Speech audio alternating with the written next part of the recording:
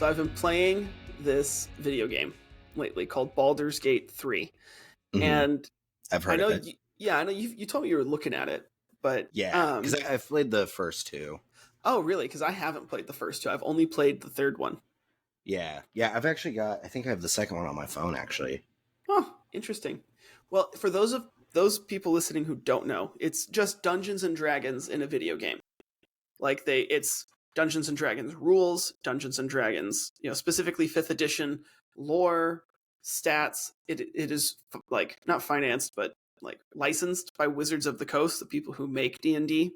Yeah. And I mean, it is a great game. I love it because of just how much detail is in this game. Like what race you choose or what class you choose will change the dialogue options that you have throughout the game. Right. And I've heard that like it's like there have been other games that have kind of been like in this like Dungeons and Dragons-esque realm, like Neverwinter Nights, sure, the Knights of the Old Republic RPGs, but this one really is like it from what I've heard, it really does give you the freedom to actually play it like you would. Oh, dude, like you the can tabletop do anything. D&D. I straight up beat a boss by knocking him off the platform into the outer space nothingness. So it's Super Smash Bros. It can be. Okay. But like one of the things that I really appreciate about it is just they've also thought of all these like little funny quirky things that you didn't think, like you said, like that people who are actually playing D&D would think of, but that other people who are just video game players might not. So for example, and I haven't gotten this far, but I've seen several videos of it. When you get to the actual town, Baldur's Gate, there's a point where you're like doing a street game with a genie, and the genie is obviously cheating you. Yeah. And you have an option to distract him, and it doesn't tell you what that distraction is. But you have an opportunity to distract him.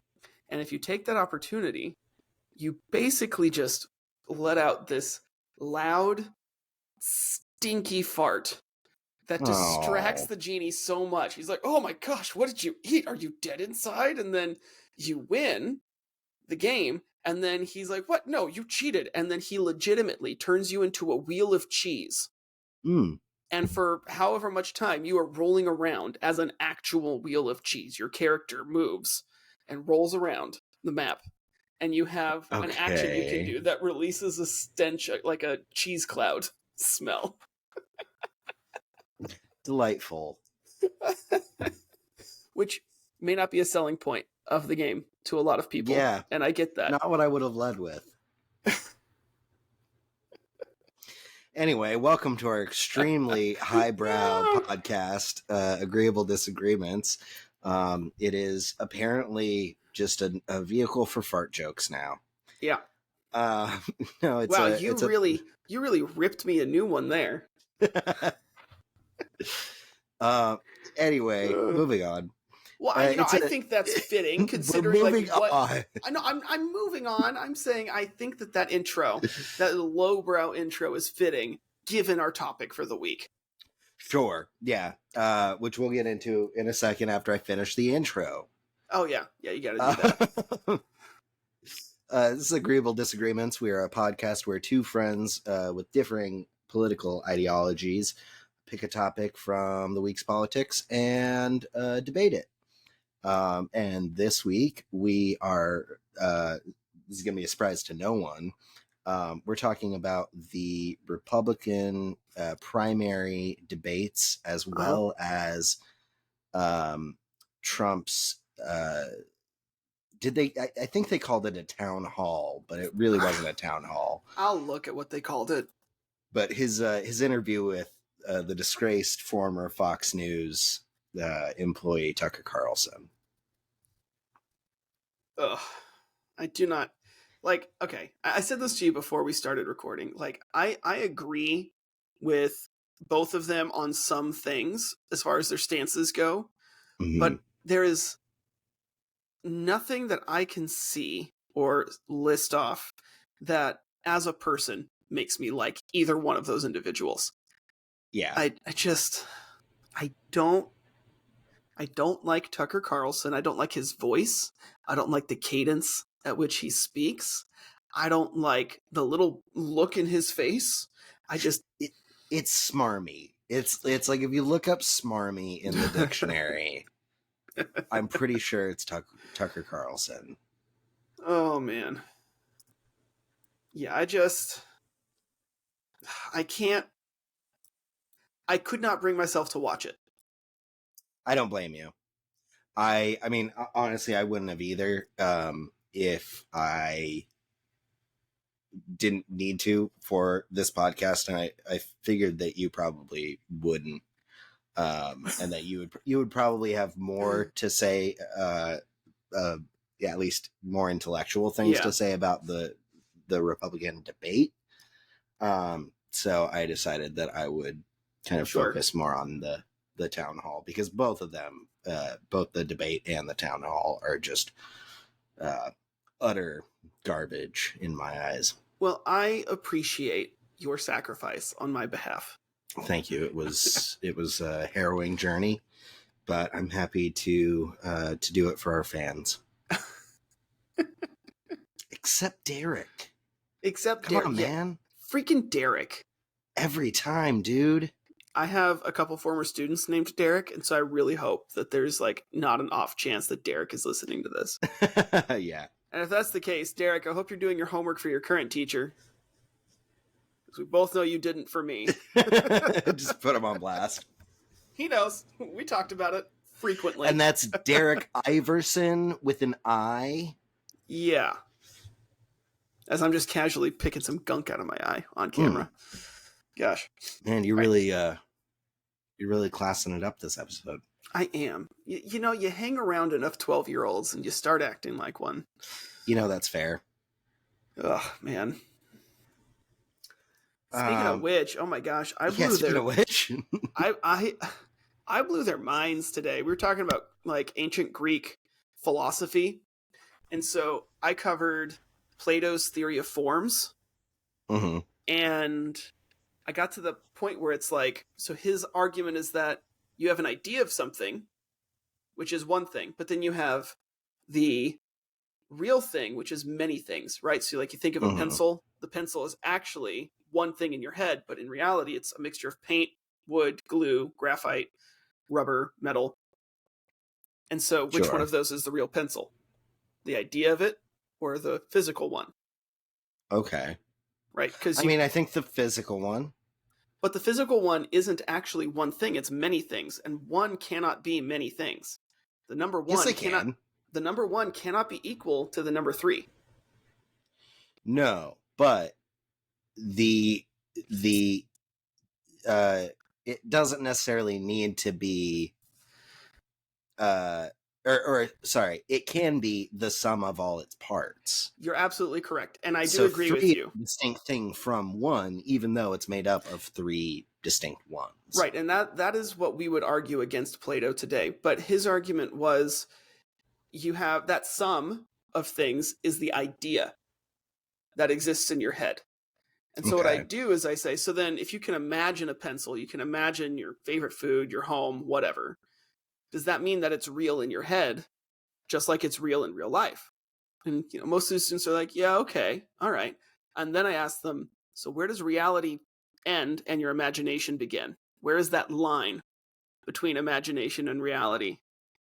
Oh, I think we already, we may have already discussed this. Maybe we did. I think I came down to the conclusion that the physical thing that's real, or I think where reality and imagination end is when your imagination starts to contradict reality. But then what is reality? And we could go into that. We're not going to. I've got a whole term's worth of papers on Descartes' meditations that I could go into right now. But well, don't put Descartes before the horse. Anyway. All right. So, but speaking of 12-year-olds losing their minds, let's talk about the Republican debate.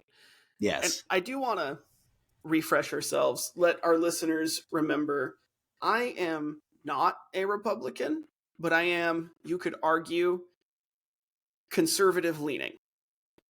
You're the resident Republican representative. Like, I would... For the purposes of the show. Yeah. I have voted Republican. I have voted Democrat. I have voted Libertarian.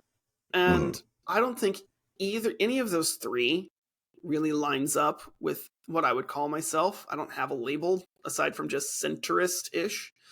Because, like, I look at libertarians and I'm like, yeah, but also, like, government does serve a purpose. Yeah. You can't just burn your trash in the backyard. Right. And then I look at... Yeah, that's not cool, man. And then I look at Republicans and Democrats and be like, but you guys don't get the purpose of government. So I think they both overreach, but that's another topic for another. We can talk all about that.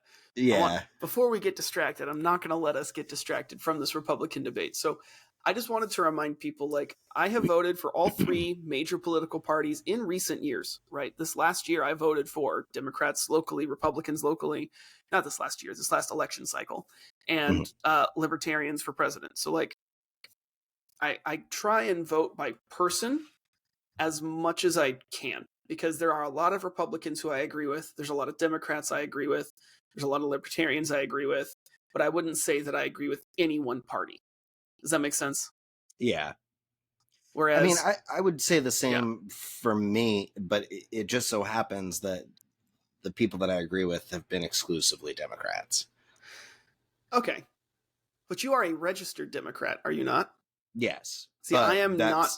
Yeah. Well, I think I would be a registered Democrat either way, but even if even if, say, you know, I did want, like, if I did support some, like, or not libertarian, but Republican candidates, I still would probably register, you know, Democrat rather than independent, because in Oregon, at least I think it's still the case, you have to register for the party if you want to vote in their primaries. Yeah, that makes sense. Yeah. And so I think when I lived in Oregon, I registered as a libertarian. Democrat. Yeah. Okay, yeah. And then when I was in Hawaii, I didn't have to register as anything independently. Yeah. And so I could vote. And I think in Alabama it was the same, because I voted in a Democratic primary in Alabama. And then I don't remember what it is up here. I'm not registered for a political party, so I don't know if I get to vote in primaries or not. I guess I should look that up. Do I get to vote? I'll do this later. I'll look that up later. And I don't think you have to serve jury duty. I do have to serve jury duty because I just did, like, 4 months ago. Okay. I saw something on, somebody was posting on the local, like, things going on around Springfield Facebook group, asking how to unregister for voting. And it was like, just don't vote. Like, it's not, unregistering is not going to stick it to the man. Like, if you really feel that strongly, don't vote, which is the only time you'll ever hear me say that, because voting is the very basic price that we all pay to live in a democracy, and it's everyone's civic duty, and you should definitely vote every chance you get. I agree. There are no excuses. Speaking of which, I did look it up anyway, because it was going to bug me. Indiana actually doesn't have you register it with a political party. Oh, interesting. Okay. Yeah, so you can, it's not part of your voting registration record. So you just give them your contact information and your ID, and that's it. To register, you're done. Boom. That's cool. I like that. Yeah. Yeah, I'm not sure if I think that Oregon system is the best. It just it happens to work for me because I'm you know, again, very much a party line Democrat, not because I'm just voting down party lines, but that's where I tend to, you know, lie regardless. I mean, I don't see a problem with that system, because what if you have a bunch of Republicans who just want to screw over the Democratic Party and just go vote for the most conservative possible Democrat they could, or the most outrageous one, just to make them have a bad name? Like, I see the reasons behind having a Democratic primary and a Republicans only primary, you know, stratified system. I don't think there's a problem with that. Yeah, I guess I could see that. But we are getting off topic. We are. And we said we wouldn't. Back to the debate. Yeah. So I put up a Facebook post shortly after the debate ended on the 23rd, 5 days ago. And I gotta say, Nikki Haley stuck out the most to me because I think she was the most down to earth out of everybody on the stage. I can see that. I don't know if I agree. I personally think that Chris Christie was the most down to earth. But that's also, I'm also of the opinion that none of them were, just in general. But if I had to pick one, I think it would have been Chris Christie. I don't know, because Christie still has some of these stances that he wants to say that he could do. Like, he still has some of these stratified political stances on like pro-life, pro-choice kind of things. Whereas Nikki Haley is like, we're not going to get a federal abortion ban because you have to get 60 senators to agree to that. And that's just not going to happen in the Senate under any circumstances. Right. Yeah. I think so. Maybe not down to earth. I guess pragmatic is the better word choice. But she stuck out to me as fairly pragmatic, just with a lot of her stances, which sadly means she probably won't get elected. Oh God, no. Because how dare we elect someone who thinks logically? Yeah, that's not the Republicans' brand. I think. Oh, okay. Let's just not stick that to just the Republicans. Okay, right? Democrats think money grows on trees. No, they don't. Yes, they do. No, they don't. They think that you need to have taxes in order to spend money. Oh, really? Okay. Because then we could look at which presidents have increased the deficit the most. That's not what I'm saying.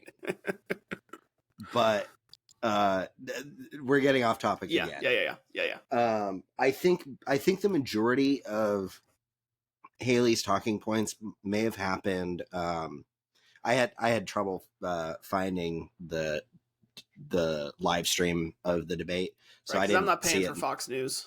Yeah. Oh God, no.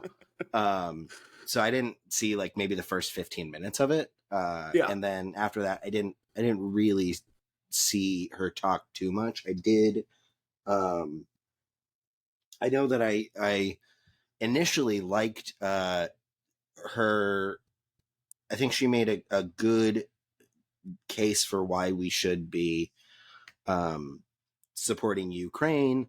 And then immediately after that, like I sent you a text being like, oh, that was a good point. And then immediately after she's like, and Israel. And I was like, maybe we should slow down on the, propping up a oppressive government that is systematically committing war crimes against a native population. That, maybe that the money should be contingent on them not doing that.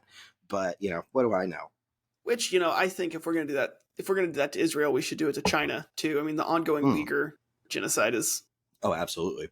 Yeah. Every time we get to like modern history in my class and I mention that that's something ongoing, my students are like, oh, what? Anyway.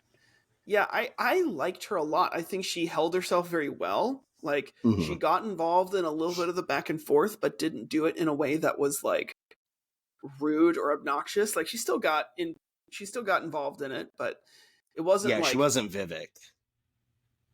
Yeah, or Chris Christie. I mean, both of them, they had like a back and forth for a solid minute where they were like raising their voices at each other. But, I mean, he's from Jersey, right? So isn't that just kind of how they talk? Chris, the situation Christie. Yeah. What would be his... what is it? Gym, tan, sleep. We know he's not going to the gym. He looks kind of tan. Tanning, maybe. Yeah, maybe. Tanning, maybe. Sleeping, definitely. But what replaces the gym? Is it parking a bus sideways on the George Washington Bridge? Can we make that more like a that's a deep version cut. Of that? Oh my gosh. Right? I forgot that happened. And then you just I'm not going to let people forget that happened. It just sparked a core memory. I think people were stuck there for 15 hours. Oh my gosh. Oh my gosh. Anyway, yeah. You know what? At least he didn't fill a bus with illegal immigrants and send them to Martha's Vineyard with no plan to house or provide any basic resources for them. Yeah. But, I mean, who would do that? Certainly not one of these candidates. Oh, yeah, definitely not Ron DeSanctimonious. Oh, God. Who, I'm just going to read what I wrote about this because I don't think I could remember it. I wrote on my post, Ron DeSantis sounds like Mikey Day doing a spoof commercial skit for SNL. Like he's intentionally reading from cue cards poorly. And he answered precisely 0 questions. Also, he doesn't know what Percocet is. I think that's something I texted you. It is. Yeah, I stole that from you 100%. And I did not give you credit in the post. Well, no, that's fine. But it's like I get what he was saying because what he meant to say was like opiates. Yeah, he meant like fentanyl-laced drugs, but then he yeah, like if it's got something other than I think it's is it codeine that's in Percocet? I don't know. Or hydrocodone, I don't know. But like Percocet is a name brand for a very specific formulation of opiates. If it has other stuff in it, it's not Percocet. Like you can't add like if I were to add fentanyl to a bunch of crushed up like ibuprofen, I don't still get to call that ibuprofen. Well, or Advil, I guess. And just, Googling, is Percocet laced with fentanyl? Everything I'm coming up is saying fake pills. People are telling you it's Percocet, but it's not. Yeah. So like either way. Yeah. It's also not the doctors and pharmacists that are doing that. Well, they're not themselves creating these counterfeit pills. It is definitely their fault for especially historically for making these drugs so widely available and pushing us into the opiate crisis. But yeah, I mean, I don't, there was something else that DeSantis said that I thought was just insane. Let me go back into our text. I think it had to do with like protecting kids or something. Well, while you're looking for that, I'll tell you what I thought was interesting was one of the few times where I really liked what Vivek Ramaswamy had to say was when when DeSantis finished one of his very clearly pre-rehearsed sound bites that was not in any way, shape, or form an answer to the question he was given. And Vivek gets to him and goes, well, now that we're all done with our pre-rehearsed sentences or pre-rehearsed statements, let me say that I'm the only person not bought up here. And DeSantis, you can look at DeSantis just kind of side eyes him, and Mike Pence goes, "Is that one of yours?" And I was like one of your pre-rehearsed, one of your pre-rehearsed talking points. And I'm not a big Daily Wire guy. My wife really likes the Daily Wire, and I know you're not. But Ben Shapiro was reacting to the debate, and it gets to that point where Mike Pence says, "Is that one of your pre-rehearsed talking points?" And Ben just goes, "Yes, 100%, totally is." Like, of course it is. He's gonna. But I need you to be like half an octave higher and a little more nasally. Yes, 100%. Nailed it. Please, yes, of course. Did you find it? I don't have to step up or stand on my tiptoes to look taller than my wife in photos. Did you find your Ron DeSantis thing you were looking for? No, I didn't. But that's okay. I'm okay not talking about him, if we're being honest. Yeah. I don't like him. No, he just reminds me. He's got like trust fund frat boy energy. Yeah, I could see that. I think like I can't take him seriously just because having been in a fraternity, it feels like he's not running for president. He's running for the chapter house vice president of recruitment or philanthropy or something. It's interesting that you say that, because that's how I feel about Vivek. I feel like Ramaswamy. Well, he's just insane. I thought so. I even wrote on my post, Vivek Ramaswamy is, all caps, nuts. And since I wrote that, I've kind of re-examined some of the things that he said. Mm-hmm. And I'm walking that back a little bit. I'm not going to say that he's nuts. I still don't support him. I still don't know that I would vote for him. But I do think he's not running for president. Yeah. I think he's running for vice president. Yeah. Because I mean, he was pretty complimentary of Trump during the debate. Everything he said, that whole debate, was either a Trump defense, and not just like, oh, well, things happen. It was like straight up, no, this was the right thing to do, which in some cases, I think that's correct. And I think in some cases, Trump gets too much flack for some of the things that he did, as do most presidents. But also, like, hiding documents that you shouldn't have had in the first place and stuff like that. Like, totally, like, not defensible in a lot of cases. Yeah, and being like, I think a really easy, like, point that everyone on that stage should have been able to get was defending Ukraine. Right. And I think he was the only one on that stage that didn't I don't know that he like explicitly said that we shouldn't be involved in Ukraine at all, but he was definitely more sympathetic to Russia, which is right. I think very close to what Trump has been advocating.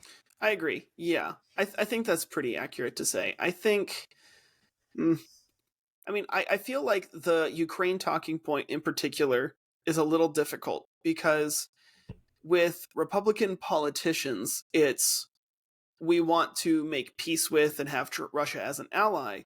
But with Republican voters, it's more, we should be using that Ukraine money to help our own people in the United States. There's a lot of people here that are struggling. Look at how much money we're sent to Ukraine in the last couple of months, and how much money did we send to the Lahaina fires in Maui, right? Yeah. It was not very much money to Maui. So I can see that argument. I can see that side of it being we need to be taking care of our own Americans as well. Like, we're paying all these taxes and we're not seeing a whole lot of it. That's a big sentiment among Republicans. But at the same time, as a history, back real quick, though. Well, let me finish because I'm almost done. Because the other thing I would say is, like, as a history teacher, especially someone who in my master's program focused on World War II and post World War II communist era, like, there's a lot to be said for the United States getting involved in Ukraine. Like, it would probably have gone a very different route that would not be favorable to anyone but Russia had we not sent a lot of that aid. So I think there's a good reason for us to be involved. I think we should be involved. But I understand the two reasons why people are saying no. I understand why that's a controversial point. Now, what are you going to say? You're going to push back on when I was talking about the other part. Yeah, so I think, I just don't think that it needs to be mutually exclusive, that we can either help Ukraine or help U.S. citizens. I think we have more than enough resources to do both, but we're not, for other reasons that are a lot more nuanced. I also think, and I don't know any of the figures on what resources were needed in Hawaii, or what how much funding we sent to the different people who needed it to fight those fires. But I think it makes sense that we would send a lot more money to Ukraine, because it's a lot broader problem that we're dealing with that requires more resources.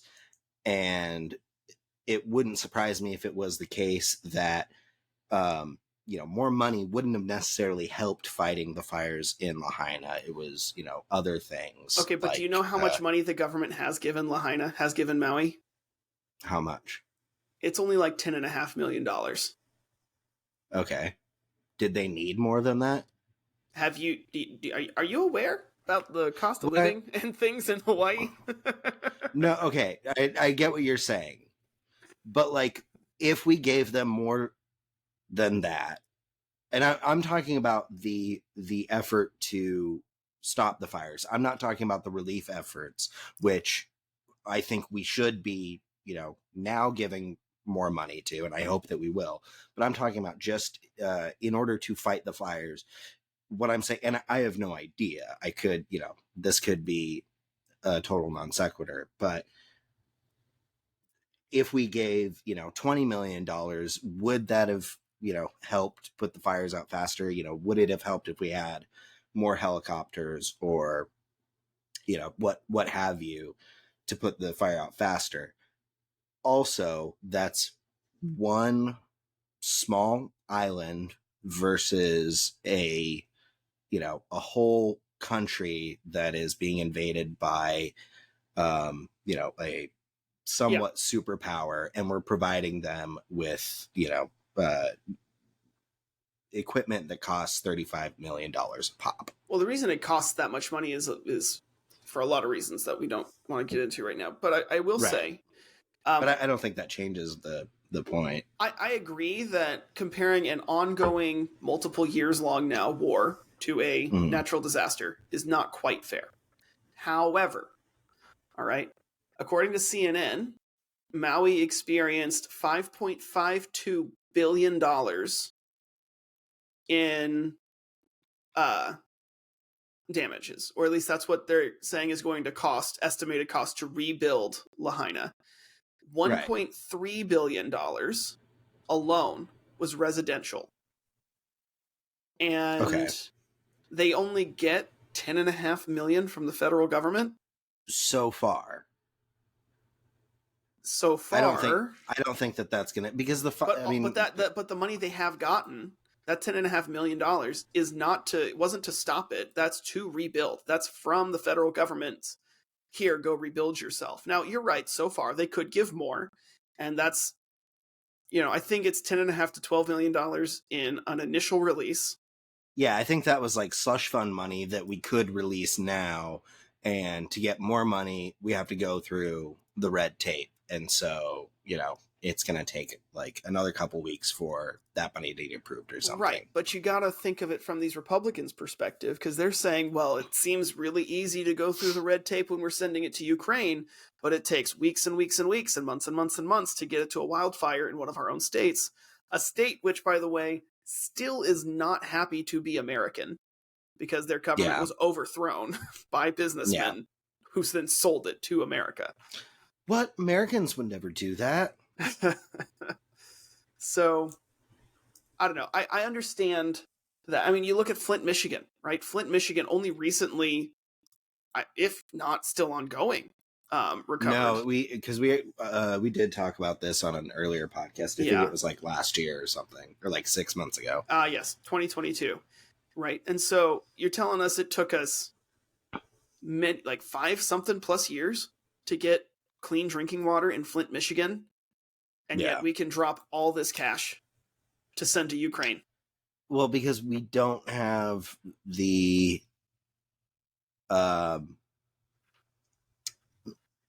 those issues, I don't think, are as mired with gridlock and just blatant obstructionism.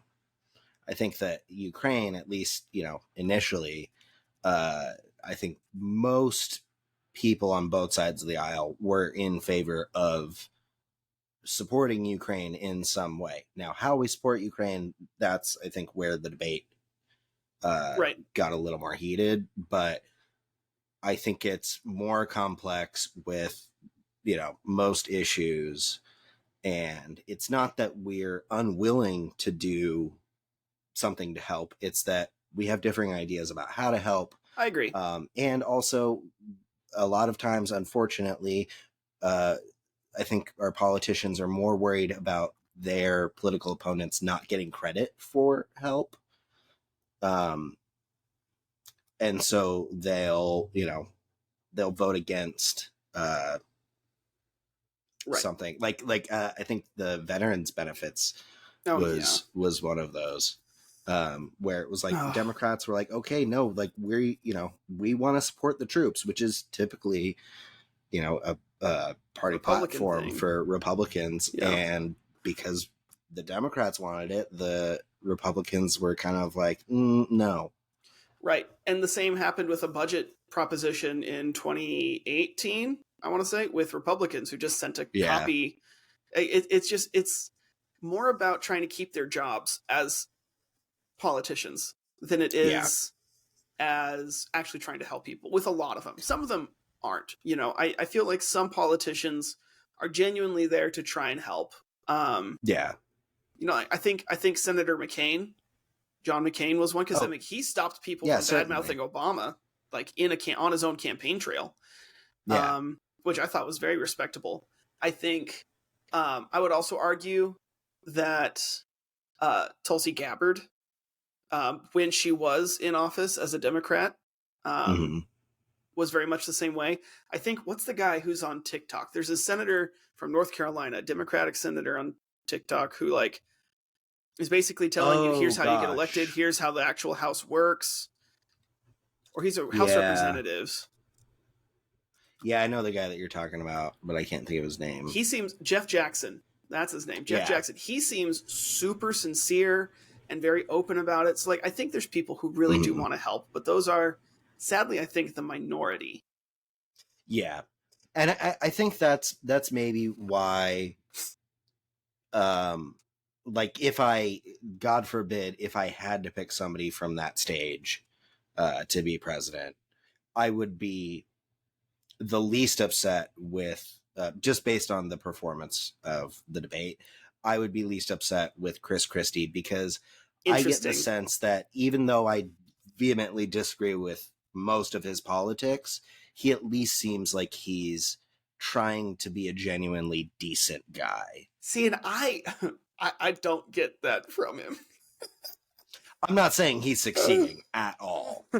I'm saying that I don't think that he is as, I don't know. I don't really know how to describe it, but I would say I don't think he's wearing as much of a facade as some of the other. I guess he seemed the most authentic. Right. I didn't think he was really, trying to hide another agenda like Vivek or... Yeah. I feel like everyone else is trying to hide how much of a jerk they are, and Chris Christie's like, no, you know what you're getting. Yeah. Man. One thing I really... Yeah. I can respect that to some extent. I really he points at Vivek at one point and goes, sounds like she's Chat GPT over here. Yeah. Which, honestly, I wouldn't be surprised if Chat GPT was used heavily in preparation for this debate. Oh, dude, I love Chat GPT. Right. I don't want to get into it too much. Yeah, I'm still afraid to try it. Oh, okay. I'm getting bad Skynet.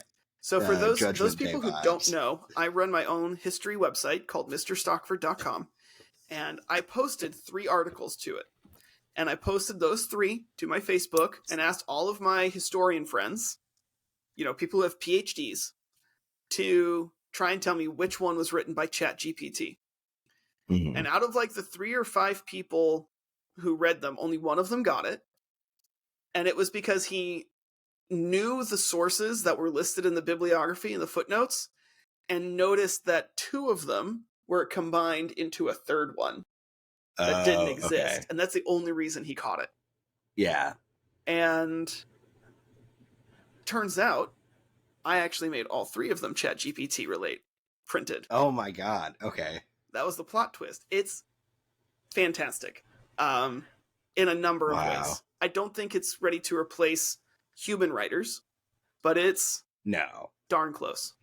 Do you remember Vian, Cameron and I's high school band teacher? He told me something once, and I don't know if there's any, scientific basis for that. There frequently wasn't with his opinions. As there aren't, as it is for most of us, I should point out. Yeah. Well, no. Anyway, I'd say he was a little more loose with that. But he told me something once that like the human ear can automatically tell, like without consciously knowing that it's able to recognize this, but the human ear can just automatically tell the difference between a drum machine and a human drummer, even if that drummer is, playing on beat, because there's just little, pieces of humanity that are kind of there's like just a minuscule amount of randomness, and it's enough that it makes a difference in how you perceive something. That is true. Like, as a drummer who has done some like minor recording, and like my brother who has done quite you play a bit. the drums? What? I didn't know that. No, and then like my brother who's way more into it than I am, who's, recording with symphonies and other solo groups and stuff like that. Like, it is true. I mean, I'll send him stuff that I think is, for me, it's on the fence. Like, could be a machine, probably, maybe not. And he'll immediately go, machine. Right. And some of that is training, but, think about like 80s music. You can tell when it's a drum machine, when it's not. Think about techno. Yeah. But anyway, we should, speaking about things that sound, this is a terrible segue. Think about things that sound just a little off to the ear. All right. I did not like when Vivek said, and I didn't like this because this is something I disagree with all Republicans on, it seems. Climate change. Straight up dismissed the entire climate change agenda. Stopped short of saying that climate change wasn't real. Stopped just short of that. Kind of hinted at it. Because it's gotten to a point where even the, craziest climate denier can't deny that it is happening. Now they're just doubling down on, well, it's natural. And it's like, it's not. And this is, I think, the part that got me to say Vivek is nuts, is when he said that we should start burning more coal, start burning more gas. Oh, God. And said that fossil fuels are necessary to progress in America. No. And I just... Fossil fuels are unfortunately necessary for the current functioning of America, but it absolutely doesn't need to be that way. And by definition, there is a finite amount. One day we will use up all of it, and there will be nothing left. And sure, we keep finding more, and we don't know when that day that we run out is going to be. It could be in 10 years. It could be in 1,000 years. But either way, we're going to run out. Yeah. And if we don't find other energy sources, it's going to be sooner rather than later. Exactly. And so I would rather err on the side of caution and have these cleaner energy sources ready to go 1,000 years from now. Yeah. At a point where it's stable and part of the infrastructure, than not. Yeah. And be Mad Maxing it everywhere we go. Yeah.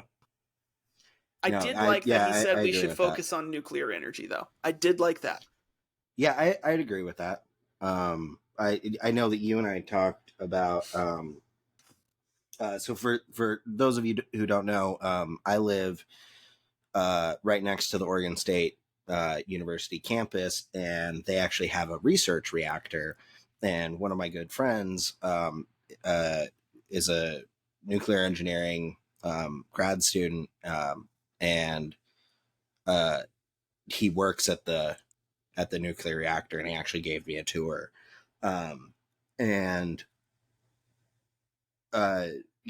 There's a lot of publicity about primarily Chernobyl and Fukushima, but both of those had just some really pretty horrendous missteps in their management and their design. And so basically, according to all the data that we have on, nuclear energy, when it's run properly, it's extremely clean, extremely safe. So I think nuclear power is a great idea. But that caveat is if it's run properly, right? Because right. One of the books that I had to read in grad school is called Plutopia by Kate Brown. Not the former governor of Oregon, Kate Brown, someone who has the same name. But and my stepdad's former boss. Right. I forgot about that. Yeah. Anyway, and she argued in her book, her whole argument was that nuclear energy was overblown in its positive aspects, and that even though we say if it's done properly, it rarely is. And I would very much disagree with that. Well, I think what she was pointing at, and I would disagree too, but it was still a fascinating book in that she would say, like, for example, there's a former now shut down nuclear reactor in Eastern Oregon, Eastern Washington, close to where I used to live in Milton Free Water, right over in the Tri-Cities area. Right. And she talked about how their emissions were supposed to be at a certain threshold, but every time they would test it, they'd be higher, significantly higher. And so they'd have to try and bring those emissions of radioactive things down. And then by the time they would test it again, it would be higher again. So even though they were actively monitoring it, something was still going wrong. And they're all just like, At least that's what she said. I don't know if that's true. I think I've heard something like that, but what I'm more talking about is like the way that Chernobyl was designed. It was designed kind of unlike any other nuclear reactor, where most reactors, when they reach that point, when like as they approach a meltdown, they automatically, like, they're built so that, without any input by the computer or anything, they cycle down to like a lower energy state. And for some reason, Chernobyl was designed to actually cycle up. So it actually like did the worst thing possible and like just ran full speed ahead into a meltdown. Fukushima, they just completely ignored some very basic maintenance and monitoring stuff. Right. And like criminal negligence to the worst degree. My big problem with nuclear power, though, is that it also relies on a finite fuel. Right? There's only so much uranium, plutonium. But we have more than enough to power what we would need for the foreseeable future. Right, and in that amount of time, we could transition into fusion, which we're just starting to get some cool breakthroughs on. Yeah. But also, I think that would be a good talking point. I think it's going to be nuclear power is going to be a huge talking point this election. I really do. I think so too. And that's something that I wrote about, that I mentioned in my post. I think if you really want to know what you're going to talk about this election cycle, you should become familiar with the pros and cons of nuclear power, because it's going to come up a lot as we get more and more into heated climate change solutions. Yeah. And just to add real quick, and I know I'm going to get this factoid wrong, but I will Google it as you say it. Yeah, I'll double check myself. Also, this may be a good time to remind our listeners that this is an entertainment show. We are just two idiots debating. We're not experts. We're not here to inform. So from time to time, we're going to get stuff wrong, and we're by no means trying to, be inaccurate. And we do try to educate ourselves as best as we can. But again, it's going to happen. I do want to point out that I actively try and have the more part of the idiocy between the two of us. And it's a competition. You don't let me win. Yeah, you do. You don't let me. Gosh, world champ, baby. Anyway, what's the factoid that you might get wrong? So I think it's something like my friend who is the nuclear engineer, he told me something like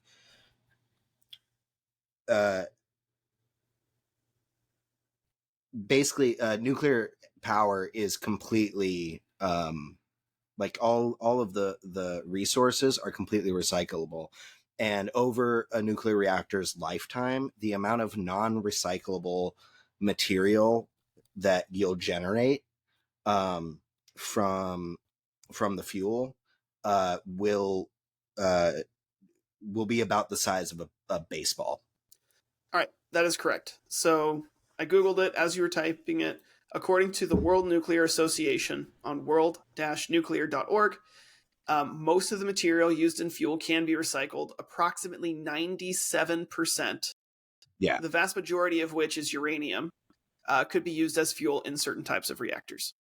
Yeah. So yeah. Wow. So it's really cool. It's really efficient. It's really not hazardous if you just follow, the basic operating procedures. But you're right. If we don't do that, then it's, a catastrophe waiting to happen. But yeah, I'm seeing another thing from the Orano group, which I'm not sure who they are. I haven't vetted it or checked it at all. But they are claiming that 1 gram of plutonium is equivalent to 1 ton of oil, 2.5 tons of wood, 1.5 tons of coal. Yeah, I'd believe that. It is a very packed, dense resource. Yeah.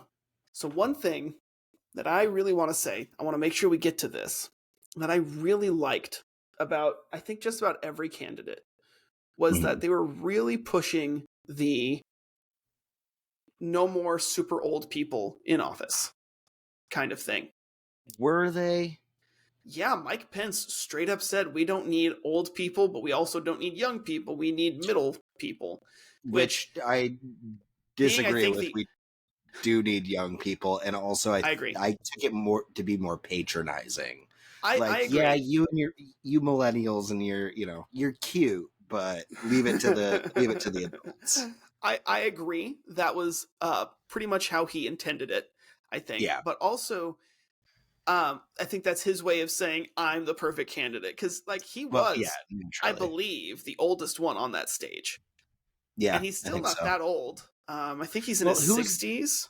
Who's the CIA guy? You mean DEA? Or DEA guy. Sorry. Let me see what his name was. Gosh, is it Asa? I don't know. Asa Hutchinson? No, that's the former president or governor of Arkansas. No, wait, yeah, that's that guy.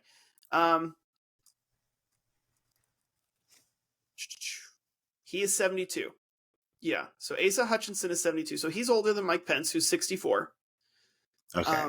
So I think so that would be a jab at Hutchinson, while being a jab at Trump and Biden, and a jab at the younger people like Vivek and Chris Christie. And maybe not Chris Christie, because I don't think Chris you're Christie. right. I think more Haley. I think even despite his health issues. How old is Chris Christie and how old is Nikki Haley? Nikki Haley's in her 50s.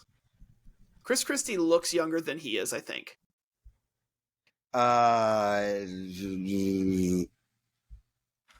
He's 60. Wow, I would not have guessed that for him. I definitely don't think that he looks like a healthy person of any age. But I can see what you're saying about he looks younger. I would have put him mid-50s. Yeah. Yeah. Nikki Haley is 51. Okay. Yeah, no, I think they were pushing the not super old people in office thing quite a bit. That came up with just about everybody on stage except for Hutchinson, who fits the bill of old people running for president. Yeah. But I really like that, because I don't think that Trump is in touch with our generation's needs.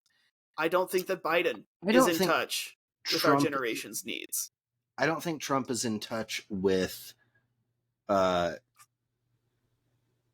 his bowel movements. I was trying to think of a more eloquent way to put that. I thought you were going to have a serious, I thought you were just going to say, with anything. I'm as serious as the grave, my friend. That is an actual opinion that I have. And you got on me for fart jokes earlier, and now you're straight up making a poop joke. Not a poop joke. A rumor that has some amount of credible evidence backing it up. You know what? Who hasn't crapped their pants at one point or another in their life? But not in the Oval Office during a meeting. I don't know. The amount of coke regularly. that Jack Kennedy was doing as a president. I'm willing to bet. Well, I'm not gonna make a bet either way, but I would not be surprised if Trump has done much more cocaine in his lifetime than the Kennedys combined. Yeah. Speaking of which, we got Robert Kennedy Jr. running for office, and he wasn't in the debate, was he? No, because he's a Democrat. Oh well, he's not, but.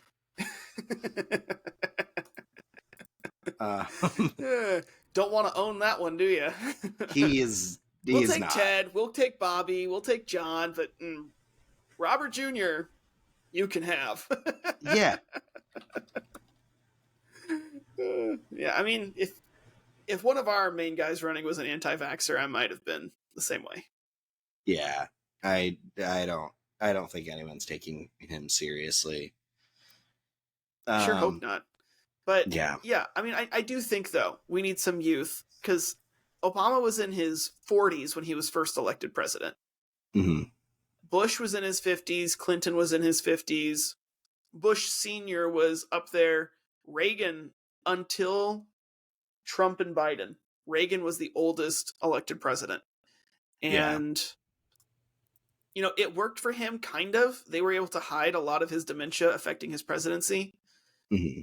But, I don't know. I feel like I like the youth that we're seeing on the stage in the Republican Party. And I like that they're really trying to say, people want younger people in office. We are the younger people. Here's your opportunity. Well, but I think I think more what that is them listening to people who are kind of saying, obviously I don't like Trump, but I also don't want to vote for Biden because I just want I want somebody who's not just an old white man, which right. I agree with, but I also think that comes from people who don't really have an opinion outside of that, and don't want to form an opinion outside of that. And then also it's kind of the only way that they can comfortably set themselves apart from Trump, because he is the front runner. He's going to get the nomination. I think that's basically just a foregone conclusion at this point. And so they don't want to necessarily, burn too many bridges, because there's a possibility of vice presidential appointment or cabinet position or something. Yeah, they're politicking. Yeah. So they don't want to attack him for the things that they should be attacking him, like, the 94 indictments? Something like that. It's up there. So they don't necessarily want to attack him for the things that they should, or for his policies, because I really don't think that they differ as much as they would like to say that they do on policies. And so they're going after, here's how we're different. We're younger. And I think it's a little bit of a red herring. Yeah, but I mean, at the same time, I remember in 2020 when we had this wide range of Democrats running. Mm-hmm. And I mean, we had a ton of Democrats running. Yeah. Most of whom... It was 16 or something. Yeah. Most of whom were pretty young. Yeah. And I remember lots of people, almost all of my Democrat friends, talking so much about how excited they were to not have an old white man in office, and then voted an old white man into office. Because that was a special circumstance, because I wish that, any time was the right time to, get somebody who, to elect somebody with some diversity. You had Tulsi Gabbard, who was Hindu. You had Eric Holder, who was African-American. Right. And Cory Booker. But none of them had the name recognition that Biden did that was necessary for him to beat Trump. Hillary Clinton and John Kerry both did. But old white people. Well, yeah, but I mean, Hillary Clinton and John Kerry didn't run in 2020. I'm looking at Politico's old articles, and they put Hillary in it. Now, granted, it could just be that she was thinking about it. I don't think she was. I think after 2016 she. Yeah, I'm gonna find a better article.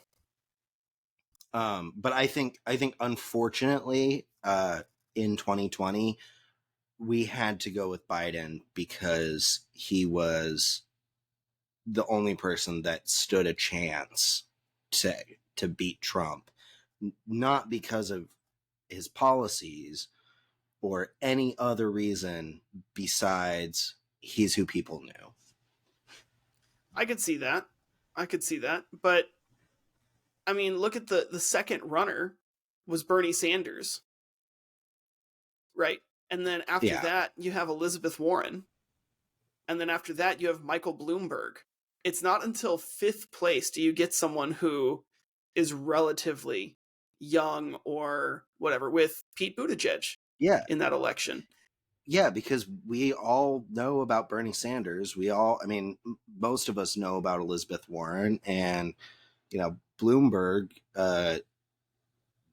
very, high profile politician and businessman for, many years. Well, I think this speaks to another point, that running for president is going to accomplish one of two things. One, get you elected president, or two, further your political career that you're not going to win, right? Buttigieg knew he was not going to win president. Well, Howard Dean would like to have a word with you about that. What do you mean? The Howard Dean yell. I have no idea what you're talking about. Oh, it was, I want to say it was the 2008 election. He was actually, I want to say, kind of a front runner in the primaries. And then he just, during a rally, is, trying to pump up the crowd, and then just lets out this absolutely unhinged. Oh my gosh. I've seen that video. I'm pulling it up. After that, people were like, maybe not this guy, simply because he just got a little too excited. I'm pulling it up. And then virtually, disappeared after that. All right, I'm going to live react to it right now. You're not going to hear it because it's in my headphones.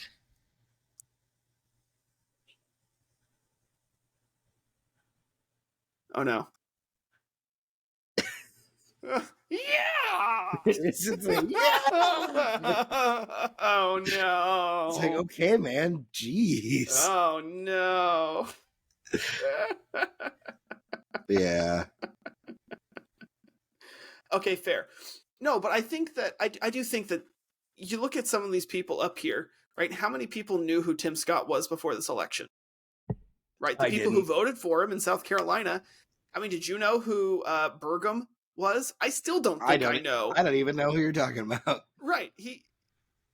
Okay, that's because one of the things that I wrote in this post was that I didn't think anybody could be more bland than Mike Pence, but Doug Burgum proved me wrong. Wait, so he wasn't the DEA guy? Because I thought the only person that we hadn't brought up that was on that stage was Tim Scott. Nope, Doug Burgum. He's like Doug Burgum. Did you watch Arrested Development? I've seen a little bit. I've seen maybe half a season worth. Okay. So not necessarily from a single season, but okay. So one of the recurring characters is Michael Cera's character, George Michael, gets a girlfriend who is the most bland looking person, and her name is Anne, and everyone accidentally calls her bland, but more importantly, everybody constantly forgets that she exists. Yeah. And it's not just like, oh, that's right, you have a girlfriend. Like, she's sitting next to them in the car, and they're like, yeah, I think you could just I think you should start dating, man. I have a girlfriend. She's right here. Huh. Kind of stuff, right? I think that's what it is. Like Angela sneaking up on Dwight when they go to Dave and Buster's. Yes, 100%. And I think that's what it is with Doug Burgum, right? Because you totally forgot he existed. He didn't have a whole lot of talking time. I'm going to be honest with you. I am looking at his picture on Wikipedia right now. I have absolutely no recollection of ever seeing him once in that debate. Yep, governor of North Dakota. Okay. Which, I mean, if you're going to come... place. Okay. It is gorgeous there. Have you ever been to North Dakota? I have not. Exactly. I've also never been to Ohio, and I'm not convinced that is real. It's also fake. Yeah. Everything is just Southern Canada at this point. Well, yeah, it's just it's Western Pennsylvania. They don't want to tell you. I don't even know if Ohio and Pennsylvania border each other. I think they do. I'm a geography teacher partially. You think I should know this? I quiz my students on the map all the time. Oh my gosh, this is sad. Yeah, but it's them that has to learn. It's not you. Yeah, they do. Okay, yeah, they do. They do. Oh, okay. Anyway, yeah, no. So, yeah, Doug Burgum, so bland, and this is that's after I said that Mike Pence is made of wood and/or white bread. Like, I think he made a couple good points, but he looks like a Lego man. But also children's tears. You gotta have a little something to, give him that, like, organic kind of sponginess that, like skin and organs have. You gotta have something with a little moisture. Oh my goodness. So we could keep going on this, but I think it would be important to touch on Trump's interview with Tucker Carlson, and you know way more about that than I did. We should, but can we please just acknowledge the absolutely insane thing that Tim Scott said in his closing remarks? Oh, please, go ahead. He said something like I don't remember what the majority of it was, but he ended with the line, "And I believe that if you're a man, you play sports against men." Right. Which was like, where did that come from? Well, they all made some kind of statement throughout the night, and he was the only one who didn't get a chance to talk about whether or not, men should play against trans men or trans women, kind of a thing. But yeah, just to like say it that loudly and then pause. If you're a man, you play sports. And he said it with a tone that was like, this is the end of the sentence, too. Yeah, like this is something we all can get behind. And then I'm gonna say the thing that's, the nuanced part of my opinion. But it's like, sir, I've been a man for 30 years. I have no desire to play sports. Yeah. What I thought was interesting was that Mike Pence mentioned his spirituality, mentioned his religious side a couple of times when relevant things came up, right? When abortion came up, things like that. But once he did that, anytime Tim Scott spoke, he quoted a Bible verse. He didn't do it before Mike Pence did that, but then he started like, it's like when they say in Ecclesiastes and then it's like Tim Scott was doing that? Tim Scott, like everything he answered after Mike Pence dropped, my faith in Heavenly Father, Tim Scott's like, this Bible verse, this Bible verse. It's like he was listening to Pence and he was like, oh, that's a good idea. Why didn't I think of that? I just have the sports thing that's gonna kill. Or maybe it was like, this Southern Baptist can show that Midwesterner how it's done. I don't even know if he's Baptist. I don't know. Anyway. But yeah, I thought it was just a very strange option. Like, I understand what he was saying. Like, and I think it would have been a horrendous thing to say any form of that, like, statement that he was trying to make. He could have done it in a way that wasn't just so absolutely unhinged. Yeah, he could have calmed down. Yeah. He could have just been, I believe that if you're a man, you play sports against other men. But it was, I believe if you're a man, you play sports against other men.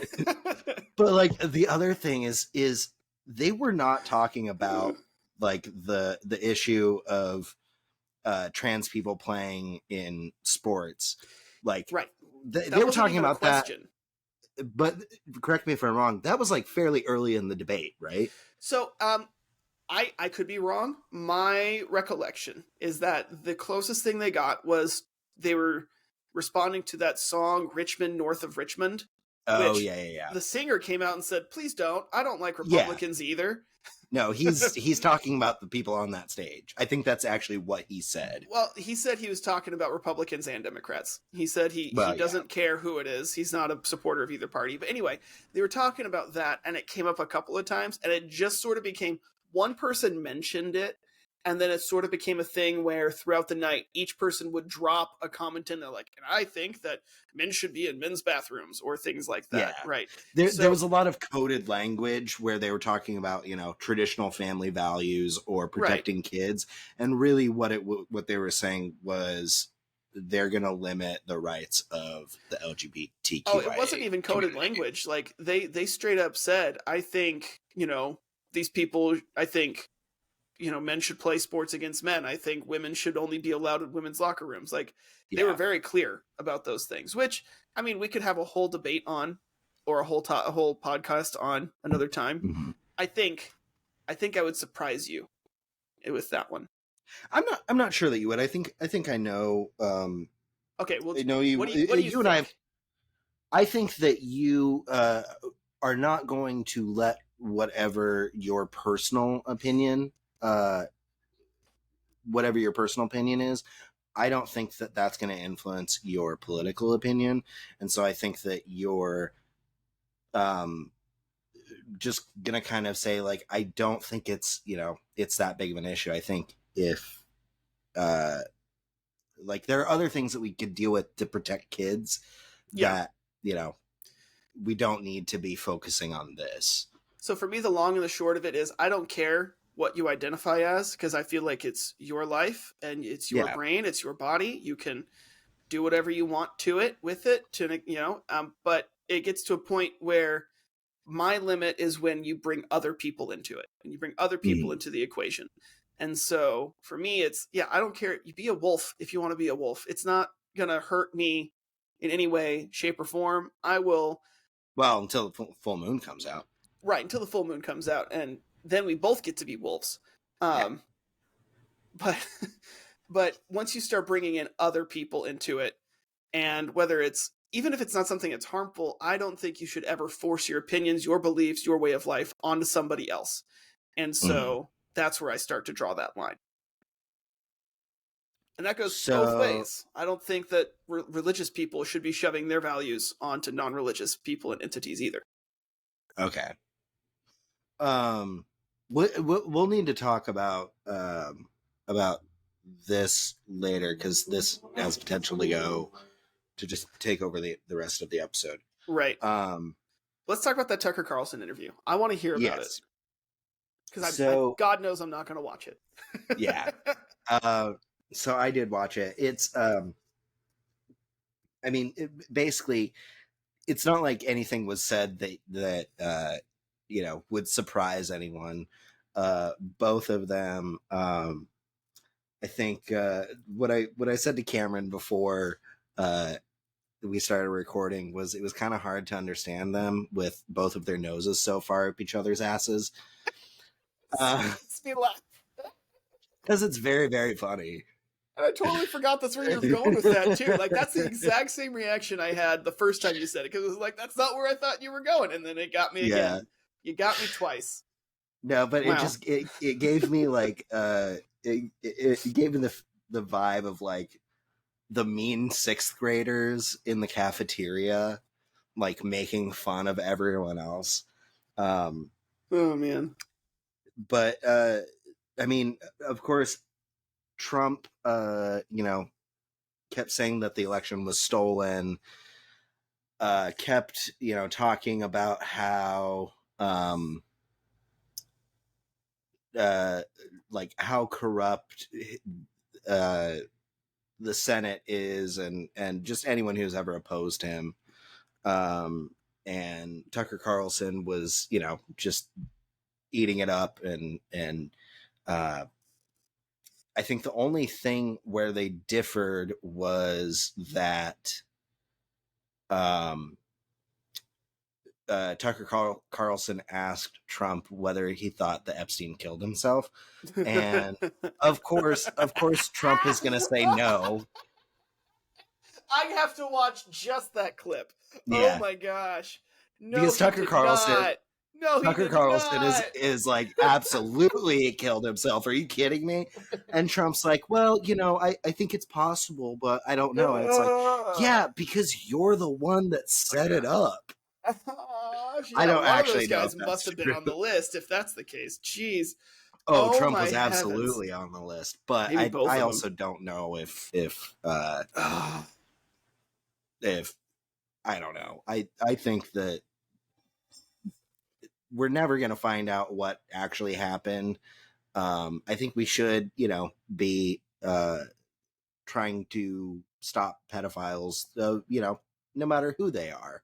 And we can Right. certainly do a better job as a country, doing that, whether it's within religion, whether it's within Oregon professional sporting teams, or, multi-billionaire playboys. Bringing That's in that's my real hot take. I'm very anti pedophilia. I feel like we all should be. And I'm not going to enough people apologize are. for that. Yeah, no, don't. I would feel more awkward if you did. Yeah, right. Anyway, so yeah, there were no surprises. Take. Pedophilia is bad. That's not a hot take, man. That is just a logical take. That is a normal thing to think. Yeah. Anyway, but like I said, there were no surprises. I do have some quick sound bites that I want to read to you. Okay. Oh my gosh. I tried not to go too crazy, so I limited it to just kind of my two favorites. The first one is from Tucker Carlson when he was when he was bringing up Epstein.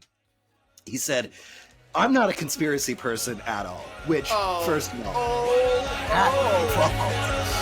happy man, like broadcasting with the tinfoil.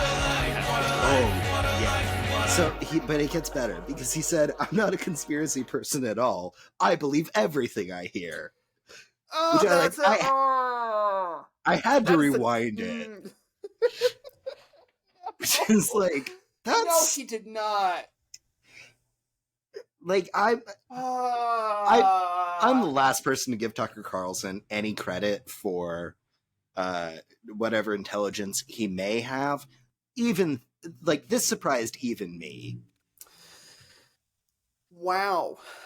Yeah. So that gave me a good laugh. And then the other thing, my gosh. The thing that Trump said was he was, first of all, he was very into playing up Biden to be, just absolutely a feeble old man. Sure. He was saying, like, you look at him walk, like he can't even walk across the lawn, which is, just 2 inches of grass. And it's like, what are you talking about? Who cares? Oh my gosh. FDR was in a wheelchair for part of it, like almost half of his presidency. Yeah. Also, maybe he's got a little bit of arthritis, but it's not like he's, crawling on his hands and knees. Right, and Trump looks like he can walk all the time everywhere he goes too, right? The man like waddles. He just waddles. And once again, Biden's not shitting himself while he's doing it. So that we know of. He could have some awesome depends down there. And we would not know. Nor is it, I should point out, our business. I don't want an answer. But don't you really want to know? No, I don't. I don't want to know either way because here's the thing. Either I'm going to think my president should be wearing depends and find out he's not, and that's terrifying. Or find out my president is wearing depends, and that makes me not want him to be president. So either way, I just want this to fall into the abyss that is the many things that I never want to know in my life. Let me paint a scenario for you. Please, God, no. You're president, all right? Oh, no. You're in the motorcade. Uh-huh. And you've just gotten word that there are 15 ICBMs. I see what you're doing there. Yeah. It's funny because it stands for intercontinental ballistic missile, but also for bowel movement. Yeah. So if a joke is funny, you don't have to explain it. I just want to say. Yeah. Sorry. For some reason, this makes it way funnier for me. Anyway, you've just got word that North Korea has just launched nuclear attacks on our 15 biggest cities. And you have to send, you have to open up the nuclear football, and you have to send the launch sites, the launch codes and everything. Right. But you don't have your depends. So before you can do that, you have to find a Starbucks, get in line, order like just a black coffee so that they'll give you the code to the bathroom. And then you can send the nuclear codes. And by that time, Cleveland's gone. So wouldn't you rather know that our president is swaddled in the soft, absorbent... Just stop. Okay. Please, dear God. No, finish it. God's not listening to this conversation, buddy. Oh, no. He has checked out. Anyway. I wish I could. Yeah. Anyway, so Trump was very much like, just trash talking Biden. And that's really all either one of them did, was just like... that's what it would be. It was trash talk Biden and trash talk the... Well, it wasn't even just Biden. It was like everybody. It was like they were, middle school children just being petty. So what Trump said at one point was, he's like, Biden was at the beach last week and he was not looking good. Also, the beach isn't a good look. You should be working. I'm like, how much time did you spend golfing, my guy? Yeah. Or at Mar-a-Lago, which I heard that Trump apparently sold right before the Tucker Carlson interview, but I haven't actually looked that up. So let's see if that's true. I don't know, man. I understand, I get why a lot of Republicans like him as far as his stances on certain things go. He's good as far as Republican views go. He's good on taxes. He's good on small businesses. He's good on a number of things that Republicans want. Yeah. From the Republican viewpoint, you could argue he's not good on taxes, but as far as what Republicans want out of a candidate, he covers the bases. But he's okay. He's I can see where you're policy wise. Yeah, but he just is not a good person. He's just, he just has so many deficits, morally, intellectually, incontinentally. Is that? So let me ask you a question. Would you rather, since this is an election podcast, would you rather vote for somebody you disagree with, who is a good person, or someone you agree with, who is a terrible person? Am I in any way able to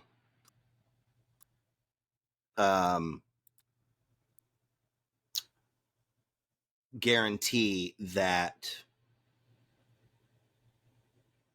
the person who I think is a terrible person will continue to make policy decisions that I agree with? Am I allowed to separate their personality from their political choices, or is there some expectation that their personal, habits or moral failings will eventually influence their policy decisions? That's a good question. I would say whatever you think is true about Trump. Because, for example, I hate Trump as a person. I can see a number of his policies, right? I do not like Biden very much as a politician. I think he's got a number of policies that I could stand behind. I think Obama, not a whole lot I agree with him on. I think he's a good person most of the time. I look at people like Barack Obama, George W. Bush, even Bill Clinton, and I think those are 3 presidents in a row who I could say, at the time at least, I don't know about today, but at the time at least, I could say were good people who were probably trying to do the best that they had. And, agree with them or not, I felt like they had that good person going for them. I don't get that about Trump. I get it less so about Biden. And so I would say if you're willing to separate the personality and the politics from Trump, then I would say yes, you can do that for yourself. If not, then no. So here's how I'll answer. I think I would rather. I really don't care about somebody's personality if they're going to make good choices. Mm-hmm. That's why, like, if Bush ran, or somebody like Bush ran again, who, seems like a very nice guy, that's not gonna weigh at all on my my decision to vote. But there is a limit. Sure. And Trump is so far across that line that even if he, like, handed me a legal notepad and said, "Here, Andrew, you tell me every decision that I should make in the next 4 years, if God forbid he was elected," I still would not vote for him. Yeah, I feel like for me, I would rather vote for someone who I disagree with, but I think is a good person trying their best, personally. Because for me, like, ideally I would find someone, I think we can all say this, we would all find someone who we could vote for who is a good person and agrees with our views. But that's not always the case. And I feel like, I mean, bringing my own personal religious beliefs into it, something that we are counseled to look for in our politics as members of the Church of Jesus Christ of Latter-day Saints, because we're never told vote Republican, we're never told vote Democrat. We're always told look at the individual candidates, become well-versed in the issues, make up your own decision, make up your own mind based on what you think is the best thing, and try and vote for people who are the best equipped, the best qualified, and the best moral stances for, the position they're going for. And, from that, I tend to take away vote for good people, because a good person who you don't like is more likely to be a good leader than a bad person who you do like. Yeah, I would agree. And that's why I'm saying, like, if I could guarantee that, the bad person would continue to make choices that I agreed with, then it might be different. Or no, I guess it wouldn't really be different. But I think if in general, I agree that in general, I think the people whose positions I agree with, I think are more or less fundamentally good people. Sure. There may be a few rare cases where that's not the case, but if I am able to trust that they're going to be making good choices, I don't care, to an extent. I don't care, if they cheated on their wife, or, if they kick puppies, or I don't know, call mayonnaise with garlic in it aioli. Oh my gosh. That's like a 3-week-old joke, man. 3-episode-old joke. More than 3 weeks. This is constant. This is a constant struggle endeavor in my life to just get people to acknowledge mayonnaise for what it is. But yeah, like it really doesn't matter to me as long as I can trust that they're going to continue making good choices. But I think, the way that actually works in reality is people's moral centers influence kind of policy decisions that they're going to make. And so typically, if I don't agree with someone's politics, I'm also not going to agree with the majority of their morals. But like I said, even if Trump was, like, having me personally dictate his policy decisions, I still would not vote for him to be president, because he is so just absolutely abhorrent. Right. And I would say, I mean, like, for me, I think it's a lot of what's in it for them.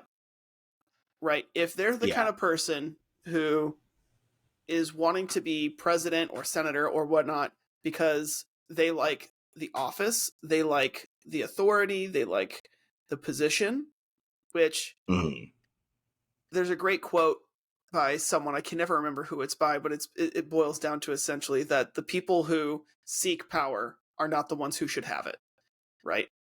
Yeah. And but I also think there's no such thing as being, truly altruistic. I think we got close a few times. I think close. But I'm talking about 100% purely altruism. Sure. Everyone is going to be influenced by, how it benefits them personally. And it's a spectrum, but it's never completely, are they driven? Off the table. Yeah, but for me, is it someone who's driven by that selfishness, that selfish desire for power and control? Because if it is, that's not the person I want. And that's the kind of vibe that I get from Trump. That's the kind of vibe I get from DeSantis. That's the kind of vibe I get from a lot of Democrats in control. Nancy Pelosi, for sure, I get that vibe from her. She just is more wanting to be in control for the sake of being in control. I'm not going to say that's exactly what it is. Okay.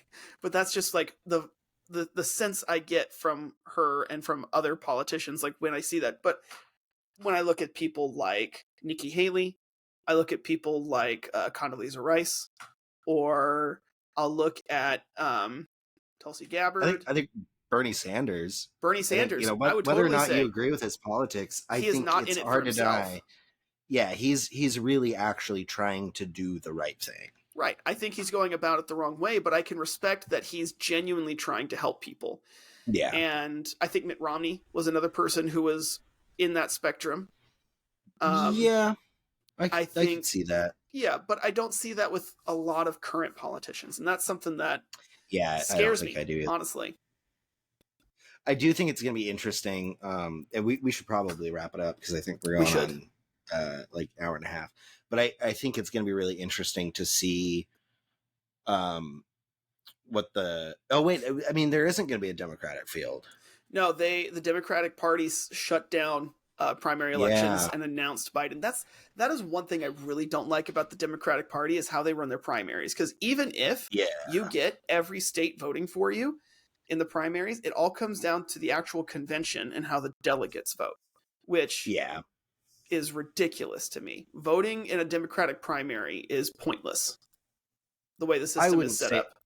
I wouldn't say that, but I do think that it is very far removed from a true democracy. And I think that there's, there's pros and cons to a true democracy. I think one of the cons is the risk of devolving into just mob rule.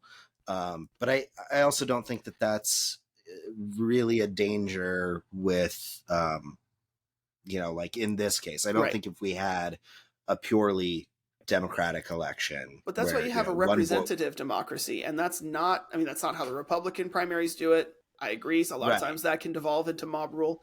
But the way the Democratic National Committee does it turns more into an oligarchy among the Democratic Party.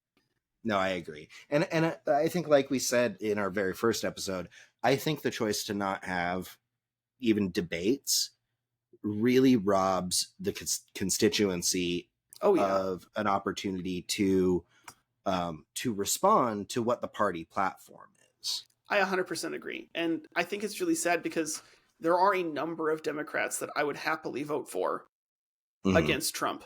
There's a number of them. And it's sad that we're not going to get to that. We're going to be probably stuck with the same choice we had last time, which is not a choice that I enjoyed having.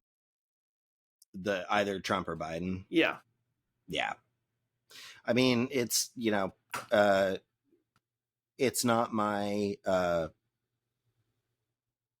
first choice. But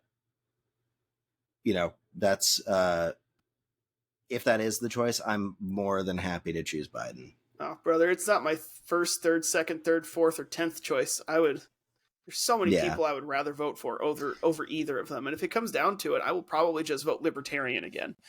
Well, that's basically throwing your vote away, but... Is it? I mean, Just like throwing your vote away in a Democratic primary? I didn't throw my vote away.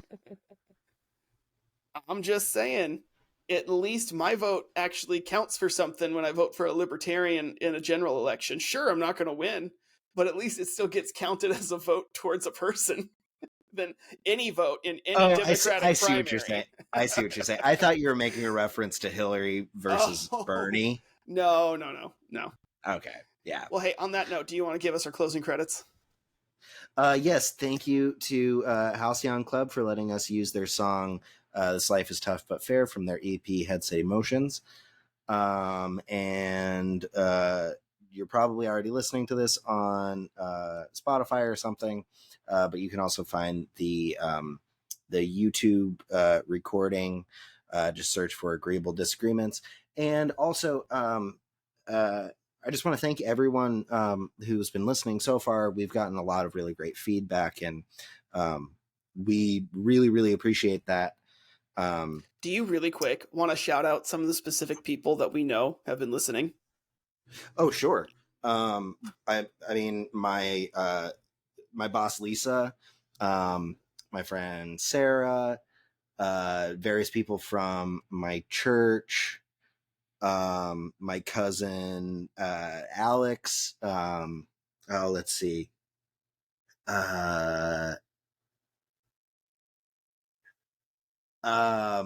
Mark,